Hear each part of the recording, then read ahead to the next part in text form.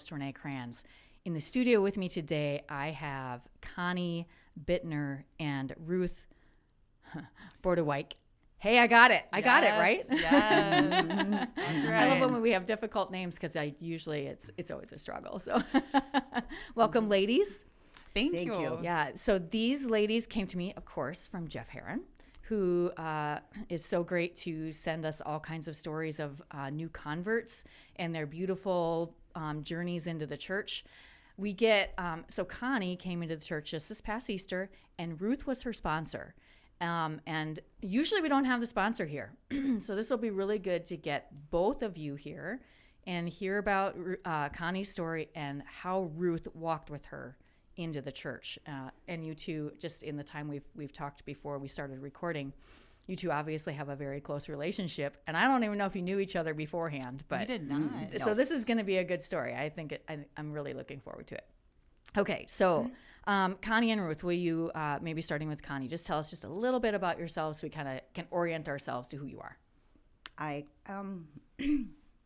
Let's see. I grew up in DeSmet. Okay. And then about in 85, I moved to Sioux Falls. Mm-hmm. So, and ended up getting married and had 3 girls. And then that's about Okay. it.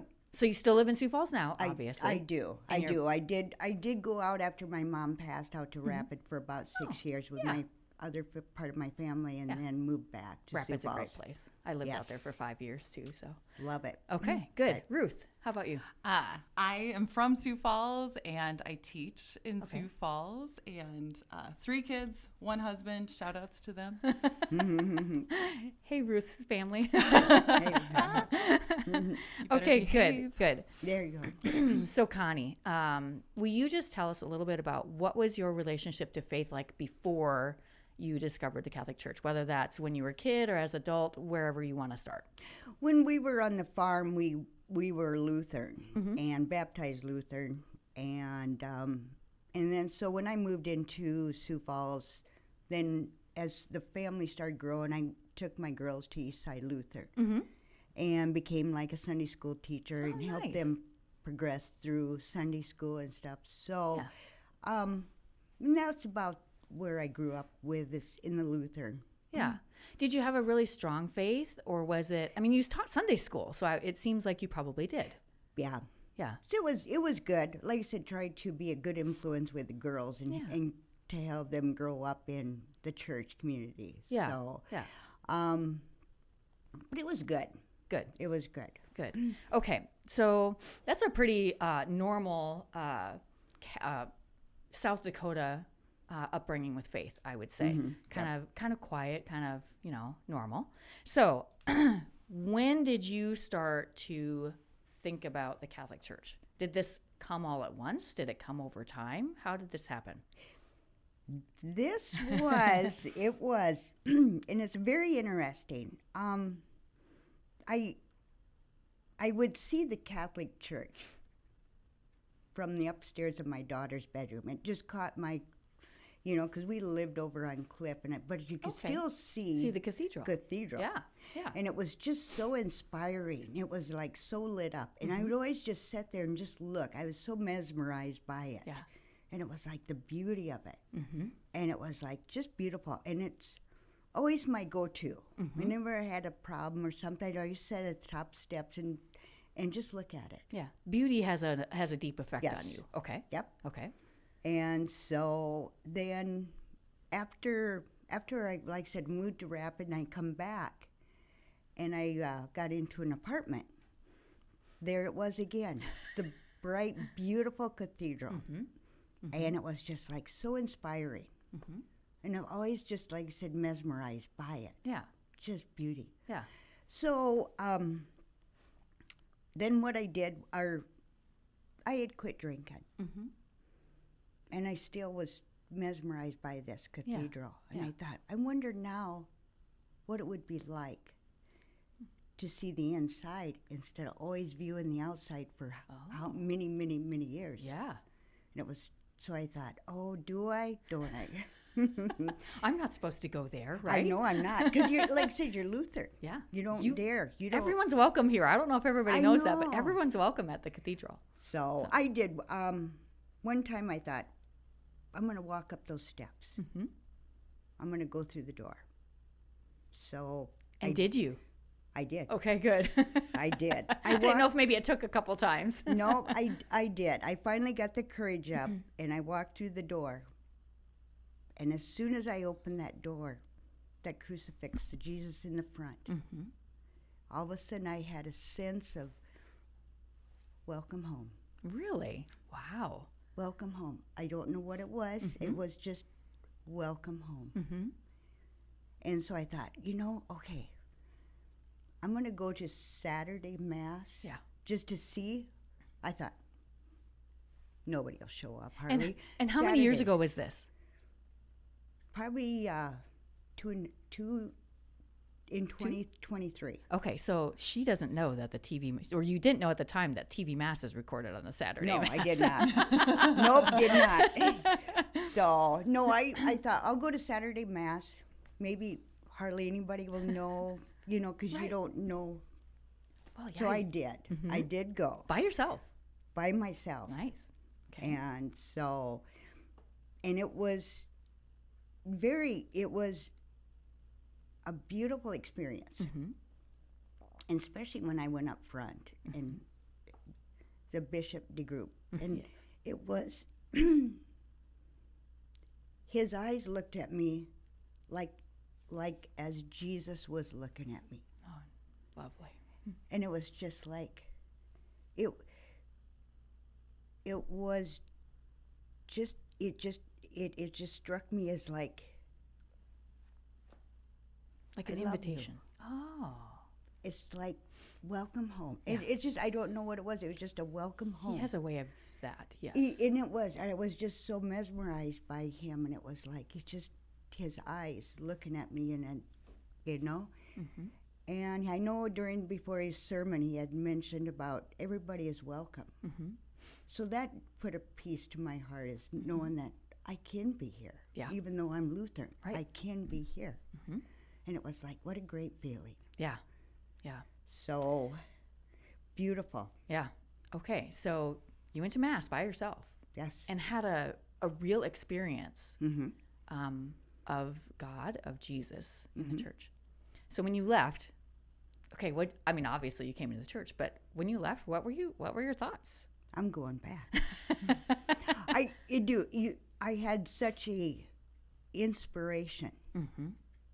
and it was like, I want to be a part of this. Yeah. Yeah. It feels like home to me. Yeah. It really did. Like I said, in my past, it was a dark, dark road I went down. Yeah. But as soon as I stopped drinking, and it was like all of a sudden, it was a whole new light that Yep. was brought on to me. Yeah. It's like you always saw the beauty, but the beauty even became more intense Right. after that. It It wasn't foggy anymore. No. Yeah. No, it's like, I've been saved. Yeah.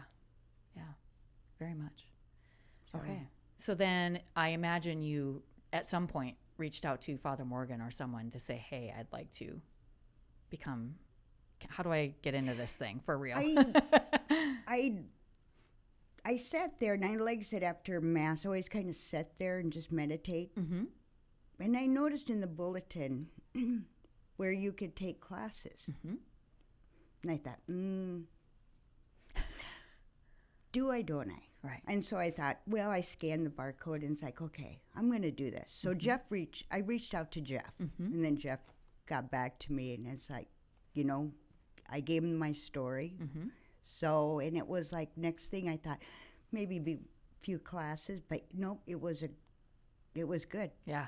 Yeah. Well, and Jeff he has his own story, which many of us know very well. And he told his story here. So if he can do it, you can definitely do it. It was good. It was like, welcoming. He was very welcoming. Yeah. Yeah.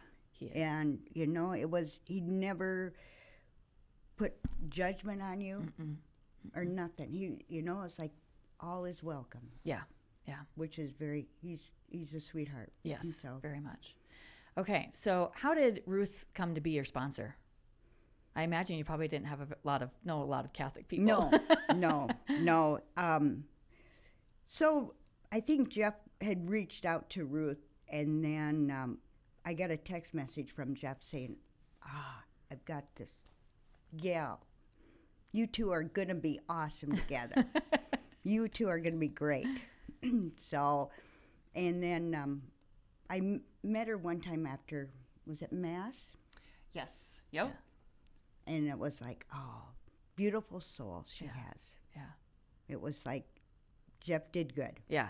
He's good at pairing people, and he's really good at seeing who people are and how to match them up. So, okay, Ruth, was this your first time as a sponsor? This is not. Okay. And it's interesting though, because the beautiful situation with this relationship is that I didn't know Connie before. I've been a sponsor before. My students have asked me. I've had good friends that have asked me, and in my mind, it was much easier to say yes for that because I was like, well, they know me. It's their fault if I'm not a good sponsor. And this time when Jeff asked me, I was like, I don't know. I'm really busy. I've got a family. I'm teaching. I just need to think of a way to like let him down easy and just let Jeff know. And I kept praying about it and I hadn't met Connie yet. And finally I was like, okay, God, give me a sign that it's okay to say no. Oh, okay. And so I did that 3 times, and every time it failed. And I was like, oh, for Pete's sake.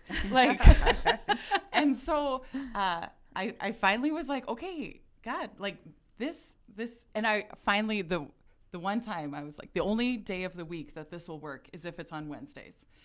And Jeff's like, it's on Wednesdays. It's on Wednesdays. and I met Connie, and I feel like that first time that we met too, I was just like, oh, okay. And it took a little while because I also prayed for Connie so much because I was like, I don't know if I'm the best sponsor for her. I don't know if like she's going to connect to me. I don't know if I'm going to be able to connect to her. And it was very beautiful because I felt so humbled to be a sponsor for you. And I feel that there were so many things that I started going to the classes every time. And Jeff's like, you don't have to. And I was like, but I really do want to. And I actually really looked forward to seeing Connie and to hearing these things. And there was one time after I'd already said yes to be a sponsor, I wanted to make sure that Connie was serious about this. Because I was like, I don't know. I don't know where all of these are. And she had already laid out all of the lessons that she was going, like, that we were going to talk about that time. And then she flipped the page over and she's like, and these are all the readings from the Bible. She's like, I just wanted to like let my heart, you know, like dwell on these. And I was like, oh, okay, I am not, I don't know. Like, You're not wasting your time at all. That's exactly. Yeah. But it was such a humbling thing to be like, okay, Connie is for real about this. Yeah. And like the faith is so strong and like she wants to go on this journey. Yeah. So, Ruth, you walked with Connie during probably the most important, at least spiritual time in her life. Might be the most important time in your life if we're talking about the salvation of souls, right? What was that like for you to walk with her? We talked about this briefly even before this interview, but it just reignites this passion to see Connie's love and passion and just thirst for knowledge. And then to be surrounded by an entire class of adults that want to know more and that are highly educated people that have walked this like life, to be able to be like, this is so important. Yeah. That was a fire in me that I really needed. And there was one part where it was so funny when I was thinking about saying no, they were saying like every situation you do, every step that you take, it's either bringing you closer to God or it's not. Right. And I was like, I am so thankful that Connie was the push I needed for this. Yeah. So Yeah. Okay. So Connie, you spent time now with Ruth going through here. How'd she do? Awesome. mediocre at best. No, it was good. Yeah. I know she has a family at home, and every time she would be there for class, I felt bad because it was like I'm taking her from her family, but it was good to have her there with me. Yeah. As we were, doing the classes, and it was just amazing. Yeah. Amazing. Yeah. Did you feel like she helped you kind of move more towards the church as you're Yes. going down that path? Yes. Yes, So for you, the definitely. sponsor was really Yes. critical. Yep. Yeah. I think sometimes, I'm sorry, I interrupted you. Please. No, I'm good. I think sometimes we think our sponsor isn't that important, and I mean, you don't have to go to the classes with them, but I think it is important to have someone to walk with. And if your sponsor is someone you know, it's a little easier because you probably see them outside of. I was the sponsor for my husband. He was a cradle Catholic, but he was confirmed much later. But I did go out to all the classes with him because it's a good refresher for Catholics, just in general. And it's funny, Connie says how, like, she's like taking time away. Every class we would stay late and we would just keep talking. And I was like, okay, we should probably get going. So you guys became friends, really? Yeah, I after would say this. yes. Yes. Yep. Yeah, it seems like you really have built a friendship through that Yeah. time. So, okay, Connie, what was Easter Vigil like for you? It's not even, no one ever says too long because as a convert, that's just not even the thing you're thinking about right then, is it? I know. I got a text from Jeff. I was at work, and he said, we picked you as a washing of your feet. Oh. And it was like, Yes. I know. It was like, it's like, and it was, like you said, it was very beautiful. It was such a spiritual, it just hit home. It really hit me that this is the best. God is leading me on this path. Yeah. Yeah. He really And does, doesn't he? He does. Yeah. I tried to do my own path, but it's like now I felt that you're home now. Yeah. Yeah. And it was so beautiful. Yeah. And I think I cried about Yeah. through most of it, but it was the best choice I've ever did in my entire life. Yeah. Yeah. Who was your saint that you picked? Mary Magdalene. Mary Magdalene. Okay, so is that a saint? Is she a saint that you turn to often, or do you have others? No, she's the one I She's the turned to. one. Okay. Now I know very, very little about your past, but you've told us a little bit. Dark times. You relate to her, don't you? I do. Yeah. So Just like when Jesus saved her, and when as soon as I put down the alcohol, it's the same thing that happened to me. yeah. So her and I probably got similarities, Yeah. which is very unique and beautiful. Yeah. I think we don't realize Jesus is knocking on the door all the time, and we just got to open the stinking door, don't we? Yes. Whatever the door is. Yeah. So, okay. What's your favorite part of being Catholic? You've been Catholic for a little over a month. What's your favorite part so far? Just being inside being able to sit inside the church instead of viewing it from the outside. Yeah. And now when you go to Mass, you can go to communion. I know. You get all of the, not only do you see, I know Bishop's been gone for a little bit, but not only do you get to go up and see Bishop or the priest or whatever, but you receive Jesus. Yes. Which I imagine has been a big deal. Yep. Yeah. Good. It's very beautiful. Like I said, I'm so thankful. This has been the most beautiful journey that I've ever been on. Yeah. And like I said, when I first walked through those doors and saw Jesus at front, it was like, welcome home. Yeah. Yeah. That's so beautiful. I'm glad the beauty of the cathedral brought you in. Mm-hmm.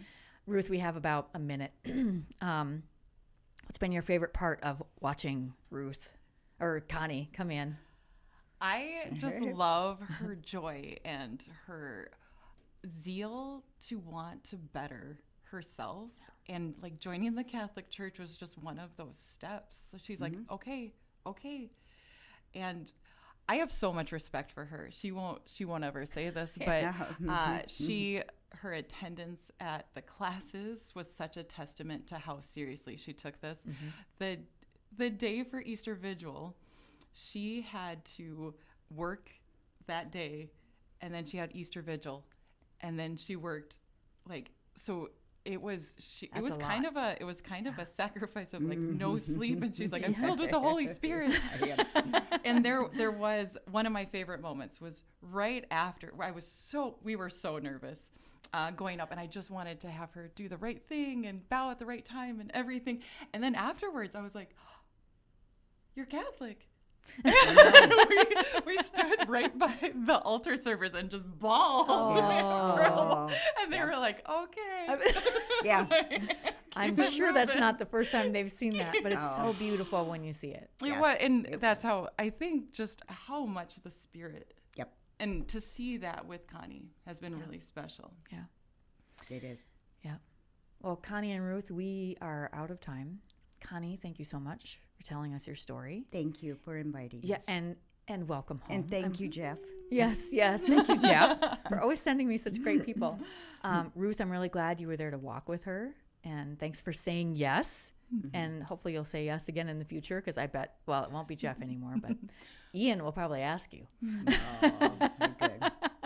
Thank you so much, ladies. I really appreciate you being here. Thank you. Thank you. Yeah, you bet. Thank you. All right, you can always find us on social media at Facebook, Instagram, X, and YouTube at SF Diocese, and of course at sfcatholic.org anytime. That's it for us today. Hope you'll join us again next week for more Catholic Views.